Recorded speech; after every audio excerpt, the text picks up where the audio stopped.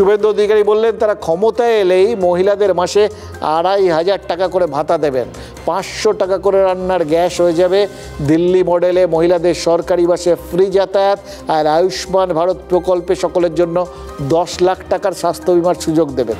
এবার আপনারা ভাবছেন তো, তাহলে কি বিজেপি তার নির্বাচনী ইস্তেহারটা এই এতদিন আগেই প্রকাশ করে ফেললো, নাকি এটা শুভেন্দু অধিকারীর একান্ত নিজস্ব ইস্তেহার?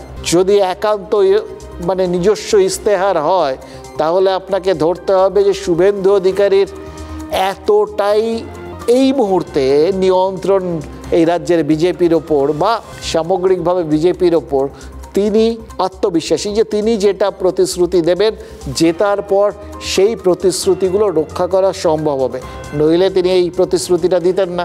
কারণ কিছু কিছু জিনিস যখন সুনির্দিষ্ট অঙ্কে দেওয়া হয়, আমি আপনার রাস্তাঘাট ঠিক করে দেবো, এটা বলা একরকম জিনিস, আর আমি এই 5 দিনের মধ্যে আপনার এখান থেকে এই পর্যন্ত রাস্তা ঠিক করে দেবো, এটা বলা আরেক জিনিস।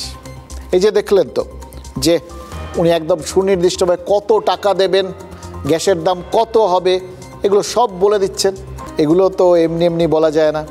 তাহলে শুভেন্দু অধিকারী কি এই আত্মবিশ্বাসটা পেয়েছেন, এটা বলার অধিকার পেয়েছেন?